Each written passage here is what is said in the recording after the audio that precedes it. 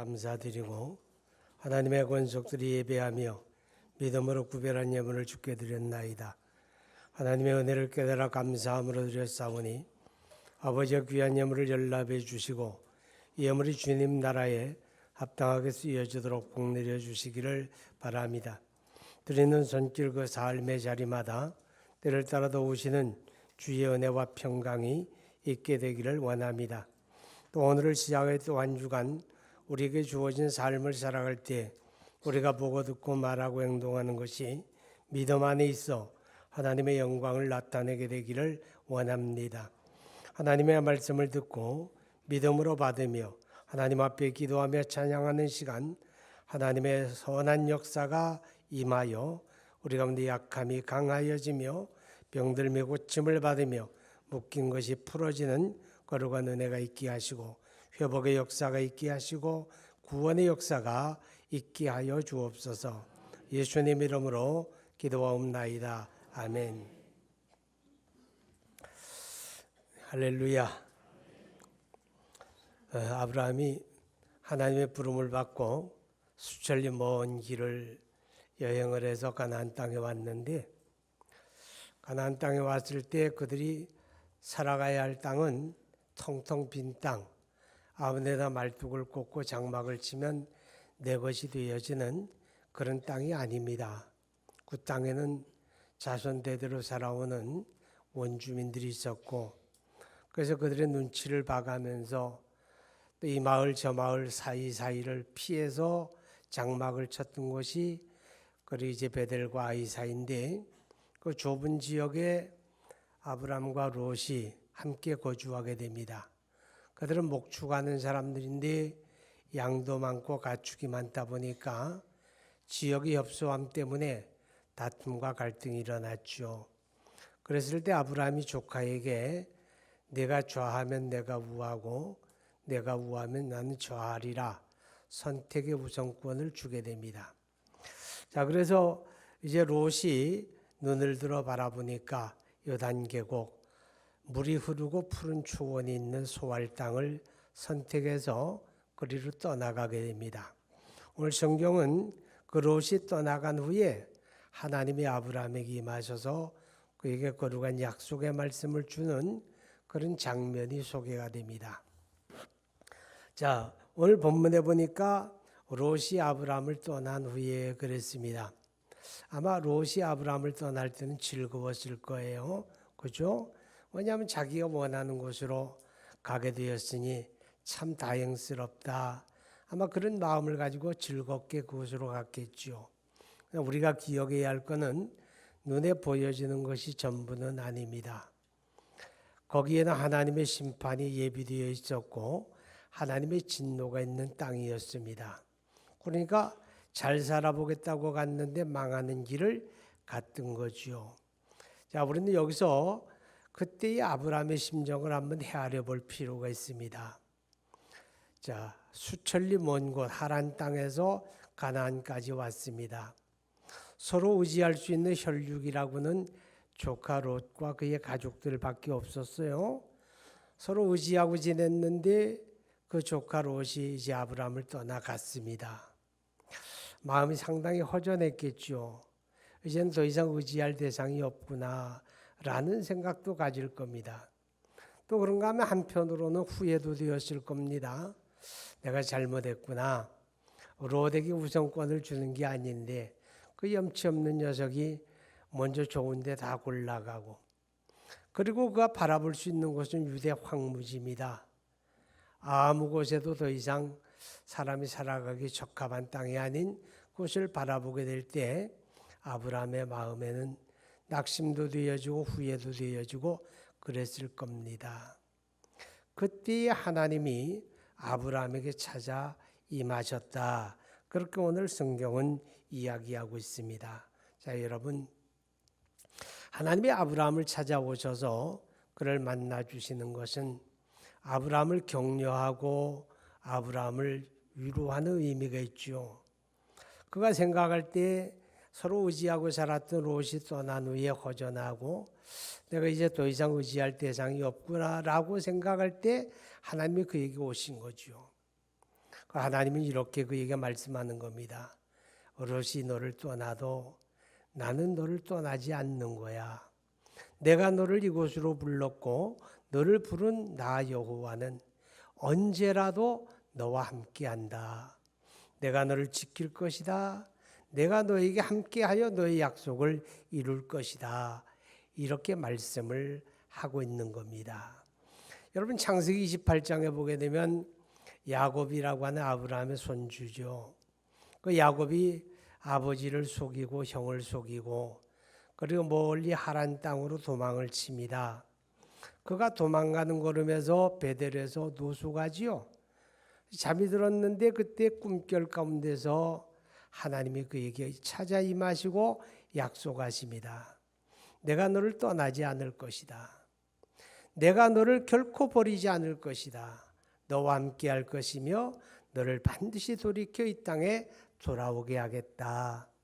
이렇게 하나님이 야곱에게 말씀하는 것처럼 오늘 아브라함에게도 하나님이 임하신 것은 그런 의미를 가집니다. 내가 너와 함께한다. 할렐루야. 나는 너를 떠나지 않을 것이다. 자, 하나님이 그에게 그렇게 말씀을 해 주시는 것입니다. 그리고 하나님이 아브라함에게 두 가지 약속을 주죠. 내가 눈을 들어 북쪽, 서쪽, 남쪽, 동쪽을 바라보아라. 내가 바라보는 이곳을 너와 내 자손에게 영원한 기업으로 주겠다 그랬어요. 그리고 또 약속하시기를 내 자손이 땅의 티끌처럼 번창하게 되겠다. 이렇게 약속을 주십니다. 자, 여러분 그런데 우리가 여기서 한 가지 기억해야 할 게 있습니다. 오늘 본문의 14절에 보니까 롯이 아브라함을 떠난 후에 여호와께서 아브라함에게 이르시되 이렇게 말씀을 합니다. 여러분 우리의 삶이 복되어지는 삶은 하나님이 함께해 주시는 삶입니다. 아멘. 우리가 살아가는 삶 속에 하나님이 함께 하시고 하나님이 동행해 주시는 그것이 복된 삶이죠. 그런데 그 복된 삶을 살아가려고 할 때 우리는 좀 떠나가야 할 것이 떠나갈 필요가 있다는 이야기입니다. 왜냐하면 하나님이 아브라함을 선택하시고 아브라함에게 언약을 주신 겁니다. 그렇죠, 그죠? 아브라함을 선택하시고 아브라함이 하나님의 언약의 당사자는 아브라함이지. 롯은 혈육이라고 해도 해당 사항이 없는 사람이에요. 그가 아브라함의 곁에 있고 아브라함을 따른다고 해서 하나님이 약속한 하나님의 언약에 참여할 수가 없는 사람이다 라고 하는 것을 우리는 깨달아야 합니다. 그러니까 결국은 롯이 그를 떠나간 후에 하나님이 그에게 임하시고 그와 함께 하시는 것입니다. 여러분 우리가 성경에 보게 되면 이런 말씀이 있죠. 에베소서 4장에 보면 구습을 따라 썩어져가는 옛사람을 벗어버리라. 그런 말씀이 4장 22절에 나옵니다. 무슨 말일까요? 우리가 예수 믿기 전과 믿은 후가 달라졌잖아요. 그죠? 예수 믿기 전에 우리는 하나님의 진노의 자녀이었고 예수 믿고 구원받은 후에 우리는 하나님의 복된 자녀가 된 겁니다. 하나님의 자녀가 된 거예요. 자, 이 하나님의 자녀는 하나님의 언약의 계승자죠. 그죠? 하나님의 언약의 약속의 말씀을 내 것으로 삼고 살아가야 하는데 그런 복된 삶이 되어지려고 할 때 우리가 아직도 떠나보내지 못한, 벗어버리지 못한, 던져버리지 못한 옛사람이 있는데 그것이 걸림돌이 된다. 그런 뜻입니다. 고린도후서 5장 20절을 보게 되면 하나님께서 구원받은 우리를 향하여 주시는 말씀 중에 너는 하나님과 화목하라. 그런 말씀이 있어요. 믿지 않는 사람에게 너 하나님과 화목하라 그러면 우리가 쉽게 이해가는 것이지만 이미 구원받은 여러분에게 하나님과 화목하라 그렇게 말씀하는 거예요. 그건 무슨 말이에요? 우리가 믿고 구원받고 신앙생활하지만 하나님과 내 사이에 거리가 만들어질 수가 있다는 거지요. 화목하지 않을 수가 있다는 걸 전제하는 말씀이잖아요. 그 화목하지 못하게 하는 게 뭐냐? 그게 바로 벗어버리지 못한 옛사람들이죠. 예수 믿기 전에 가졌던 우리의 생활 습관, 우리의 가치관, 우리 생활의 내용들, 그런 것들이 하나님의 영광 되지 아니하고 거룩함이 되지 않는다면 하루빨리 벗어버려야 됩니다. 그렇게 믿으세요? 빨리 벗어버릴수록 하나님과 화목하게 되고 하나님의 거룩한 말씀으로 약속한 그 은혜가 우리 삶 속에 이루어지게 된다 하는 것을 우리는 깨닫게 됩니다. 우리가 살아가는 삶에서 때로는 여러분이 이런 마음 가질 때가 있을 거예요. 내가 예수 믿고 그래도 기도 생활하는데 왜 이렇게 안 풀릴까? 뭔가 열려지지 않는다고 생각할 때가 있다면 그때 그 문제만 바라보지 말고 자기 삶을 한번 바라보세요. 내 삶 속에 벗어버리지 못한 옛사람이 있지 아니할까? 떠나보내야 좋을 옛사람이 있다면 그때 결단하시고 떠나보내시기 바랍니다. 그럴 때 하나님의 은혜가 임하게 되고 열리는 역사가 있을 줄로 믿습니다. 자, 하나님께서 아브라함에게 약속을 두 가지 주었다 그랬죠. 동서남북 바라보고 내가 보는 이 모든 것을 너와 내 자손에게 영원한 기업으로 준다 그랬습니다. 그리고 두 번째 약속은 이제 그것만 주면 뭐합니까? 살아갈 사람이 있어야죠. 그 땅을 이제 가꾸고 그 땅을 지배하고 그 땅에 살아갈 사람이 필요하잖아요. 그래서 하나님이 약속하는 거예요. 오늘 16절에 보니까 내가 내 자손이 땅의 티끌 같게 하리니 사람이 땅의 티끌을 능히 셀 수 있을진데 내 자손도 세리라. 그 땅에 살아갈 자손을 하나님이 약속하는 거예요. 사실 그때 아브라함은 자손이 없잖아요. 그죠? 혈혈 단신인데 이방 땅에 와서 살고 있는데 내가 이 땅을 다 너와 내 자손에게 준다 그랬지만 뭐 살아갈 사람이 없는데 뭐. 근데 하나님이 그 땅에 살아갈 내 자손을 약속을 해줍니다. 자, 기억해야 할 거는 하나님께서 이 약속을 주시면서 하나님이 그 약속을 이루어 가셔야 합니다. 하나님의 약속을 하나님이 이루어 가실 거 아니에요. 그죠? 근데 하나님의 그 약속을 어떻게 이루어 가시느냐 하는 것을 오늘 우리에게 말씀을 해요.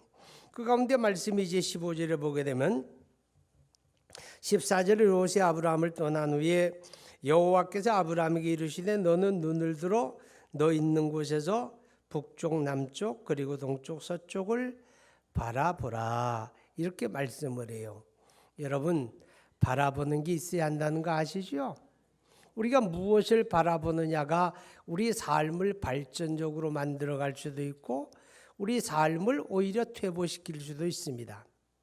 예수 안에 구원받은 하나님의 사람들은 이 바라보는 것이 믿음과 관계가 있다는 걸 알고 있잖아요. 그죠? 히브리서 11장 1절에 믿음을 정의하기를 믿음은 바라는 것들의 실상이요 보이지 않는 것들의 증거다 그렇게 말씀을 했습니다. 아직은 내 손에 잡힌 게 없지만 우리가 믿음 안에서 바라본다는 거죠. 그죠? 바라보는 거예요. 자, 여러분 빌립보 2장 13절에 보게 되면 하나님이 자기의 기쁘신 뜻을 위하여 너희로 소원을 두고 행하게 하시느니라 그런 말씀이 있잖아요. 이 소원은 바라보는 것하고 관계가 있는 거예요.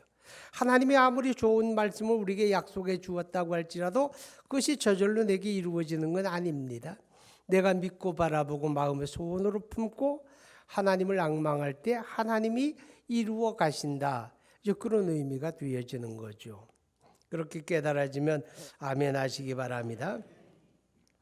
자, 하나님이 바라보라 이렇게 말씀을 하실 때 하나님의 바라보라는 건 여러분 눈으로만 바라보라는 건 아니에요. 멀리 보라는 의미가 있습니다. 멀리 보라. 시간적으로 멀리 바라보고 공간적으로 멀리 바라보라. 그런 의미가 거기에 담겨 있습니다. 시간적으로 멀리 본다는 건 뭐예요? 내 앞에 지금 펼쳐져 있는 내 삶이 그게 긍정적이든 부정적이든 그게 전부가 아니라는 걸 보라는 거예요. 지금 내 손바닥에 쥐어져 있는 이것이 내 인생의 전부가 아니다. 그거보다 더 멀리 시간적으로 먼 곳을 바라보아라. 아멘. 여러분이 현재 살아가는 삶의 현실이 부정적이고 힘들고 어렵고 왜 내 모양은 이럴까 그런 생각 들 때도 있겠죠. 그죠? 근데 하나님이 말씀해요. 그게 다가 아니야. 이제 시간적으로 멀리 바라보아라. 하나님의 약속 안에서. 아멘. 멀리 바라보라는 거예요. 공간적으로도 마찬가지죠. 사람의 눈이 바라볼 수 있는 건 얼마나 멀리 볼까요? 눈이 밝은 사람 얼마나 볼까요? 롯데 월드타워 꼭대기에 올라가서 청명한 날에 하늘이 파랗고 미세먼지도 없는 날에 멀리 바라본다면 기껏해야 20-30km를 바라봅니다. 그러면 아브라함에게 하나님이 내가 눈을 들어 동서남북 바라보라는 게 그냥 뭐 20-30km 그 반경을 바라보라 그건 아니잖아요. 하나님의 약속한 땅은 훨씬 더 크고 광대한 거예요. 그럼 뭐예요? 하나님의 약속 안에서 바라보라는 거예요. 내 눈이 바라보는 거기가 아니라 그것을 넘어서서 하나님의 약속을 마음으로 바라보라는 거죠. 할렐루야. 오늘 저와 여러분에게 그런 게 필요합니다. 하나님의 약속 안에서 여러분의 삶을 바라보시기 바랍니다. 내 삶이 뭐 이 모양인데 무슨 좋은 날이 있으려고 여러분이 그렇게 생각하고 아무것도 바라봄이 없다면 여러분의 삶은 아마 그렇게 찌그러져 갈 겁니다. 그러나 하나님이 거룩한 약속의 말씀을 우리에게 주셨잖아요. 우리가 이 약속의 말씀을 붙잡고 내가 지금의 현실은 이럴지라도 하나님께서 앞으로 내 삶에 이런 것을 이루어 가실 거야 라고 바라보게 되면 하나님이 그렇게 펼쳐져 가는 거잖아요. 여러분 하나님이 아브라함을 부르실 때 아브라함에게 복된 계획을 말씀해 주었거든요. 그죠? 내 본토 친척 아비의 집을 떠나 내가 내게 지시할 땅으로 가라. 너는 복이 될 것이다. 천하 만민이 너로 말미암아 복을 받으리라 그랬잖아요. 히브리서 6장 14절에 보면 아브라함의 약속이 좀 더 구체적으로 나옵니다. 그게 뭐예요? 하나님이 내가 반드시 너를 복주고 복주며 너를 번성케 하고 번성케 하리라. 이 아브라함을 부르시는 하나님의 뜻이었고 하나님의 언약이었다 그 말이죠. 그럼 아브라함은 어디에서 장막을 치고 어떻게 살지라도 하나님의 언약을 마음에 품고 그것을 바라보는 그런 눈이 있어야 하는 거죠. 그럼 아브라함만 그런 건 아니죠. 우리를 죄와 멸망 가운데서 구원하실 때 하나님의 택하심과 부르심을 따라 여러분들이 예수 믿고 구원받은 거잖아요. 그럼 하나님이 우리를 구원하실 때에도 하나님 똑같이 우리에게 그런 거룩한 하나님의 복된 약속 안에서 우리를 부르신 줄로 믿으시기 바랍니다. 그렇다고 한다면 우리는 이 땅에 살아가는 삶에서 눈앞에 있는 현실만 바라보지 말고 또 내 현재의 상황만 바라보지 말고 하나님의 약속, 하나님의 언약 안에서 우리가 우리의 삶을 바라볼 수 있어야 그래야 우리의 삶을 우리가 희망으로 바라보고 그죠? 우리가 하나님의 복을 바라보게 되고 그럴 때 하나님이 그것을 통해서 그 뜻을 이루어 가신다. 그렇게 지금 말씀을 해주고 있는 거죠. 여러분 우리가 바라보아야 할 것은 비록 우리가 이 땅에 살지만 우리는 그리스도 예수 안에서 이 땅의 것만 바라보는 게 아니라 우리가 하나님의 영원한 나라를 바라보는 소망도 우리에게 있어야죠. 그죠? 그것을 우리가 바라보는 게 있어야 우리가 그 나라의 주인공이 되어진다. 그렇게 성경은 깨닫게 하는 것입니다. 자, 그 다음에 하나님이 그 뜻을 이루어 가시는 두 번째 방법이 뭔가 하면 17절에 너는 일어나 그 땅을 종과 행으로 두루 다녀보라. 내가 그것을 내게 주리라. 이렇게 말씀을 합니다. 너는 일어나라 그 말이죠. 낙심해 있지 말고 주저앉아 있지 말고 행동해라 그 말이에요. 여러분 하나님이 우리에게 아무리 좋은 말씀을 약속했다고 할지라도 내가 믿고 행동하지 않으면 하나님의 약속은 나에게 이루어지지 않습니다. 믿고 행동하는 자들에게 이루어지는 게 하나님의 약속이잖아요. 그렇게 믿으세요? 여러분 믿음의 진짜는 뭘까요? 믿음의 진짜는 행하는 거라고 성경이 약속하잖아요. 그죠? 믿음의 진짜는 행하는 거예요. 이론적으로 이해하고 지식으로 갖는 게 믿음의 진짜는 아니에요. 거기에 머물러 있으면 그건 믿음의 진짜가 아니다 그 말이죠. 우리가 성경을 깨닫고 이해를 했으면 그 말씀 붙잡고 순종도 하고 아멘 실천도 하고 행동할 때 하나님의 언약이 내 삶에 이루어지게 된다. 그렇게 성경이 말하잖아요. 그러니까 일어나라 그 말은 일어나 행동하라 그 말이에요. 나는 아무것도 안 하는데 하나님의 약속을 하나님이 그냥 알아서 때가 되면 이루어 주실 것이다. 그런 게 아니라는 거죠. 내가 믿고 바라보고 내가 그것이 내 삶에 이루어지기를 순종하고 우리가 간구하고 행동할 때 하나님이 이루어 주신다 그 말이죠. 자 보세요. 동서사방을 바라보게 하신 하나님이 너 일어나서 이제 다녀보아라 그러잖아요. 하나님의 약속 안에 한번 끝까지 가봐라. 내 육신의 눈으로 저 서쪽 끝이 안 보이지만 직접 가봐. 끝까지 한번 가봐. 하나님의 약속 안에 저 동쪽도 가보고 북쪽도 가보고 언약 안에서 끝까지 한번 가봐라 그 말이에요. 가봐라. 가보라는 말은 뭐예요? 하나님의 약속이 내 소원으로 간직되어야 한다는 거예요. 우리의 마음속의 소원이라고는 그냥 관념으로 가지는 게 아니라 구체적으로, 그죠? 그럼 내가 다녀보니까 하나님의 언약의 땅이 이런 것이로구나. 하나님이 이렇게 약속하셨구나. 그래서 자기 마음속에 구체적인 소원으로 간직하게 되고 그것을 바라보게 되고 그것을 우리가 간구할 수 있다고 말이죠. 할렐루야. 여러분 말라기 3장 10절에 보게 되면 11조에 대한 말씀을 하시잖아요. 그죠? 온전한 11조를 하나님께 드려보라. 그러면 하나님이 내 창고를 채우시리라고 말씀을 합니다. 근데 우리가 하나님 앞에 그 11조 알면서도 그냥 드리는데도 그 드리는 것도 중요하지만 하나님의 약속 안에 한번 바라보면서 드려봐요. 하나님이 그렇게 약속하신 하나님, 앞으로 내 삶 속에 주의 채우시는 은혜가 있을 것입니다. 우리가 믿음으로 바라보고 그런 소원을 가지고 하나님 앞에 드릴 수 있는 그런 저와 여러분 되기를 바랍니다. 자, 그 다음에 이제 하나님께서 그렇게 약속하시고 말씀하셨을 때 아브라함이 어떻게 반응을 하는가 하면 18절에 보니까 이 아브라함이 장막을 옮겨 헤브론에 있는 마므레 상수리 숯불에 이르러 거주하며 거기서 여호와의 제단을 쌓았더라. 그렇게 말씀을 하죠. 이제 그가 머물렀던 곳이 베델과 아이 사이인데 거기에서 이제 장막으로 옮겨가는 겁니다. 사실 앞서서 말씀드렸지만 그 땅이 뭐 빈 땅이라면 아무데나 가서 말뚝 박고 장막 치면 되지만 그렇지가 않잖아요. 다 그 원주민들이 살고 있는데 아무데나 갈 수도 없는 거예요. 사실은 아무데나 갔다가 뭐 봉변당하기 딱 좋잖아요. 이곳저곳 눈치 보면서 이 마을 저 마을 피해가면서 그래서 이제 가서 말뚝 박은 데가 바로 헤브론이다 그 말이죠. 근데 이 헤브론이라고 하는 곳은 역사적인 의미가 있는 곳입니다. 왜냐하면 아브라함이 거기서 장막을 치고 아브라함이 거기 살았어요. 그리고 아브라함의 아들 이삭이 거기서 살았고 또 아브라함의 손주가 된 야곱도 거기서 살았어요.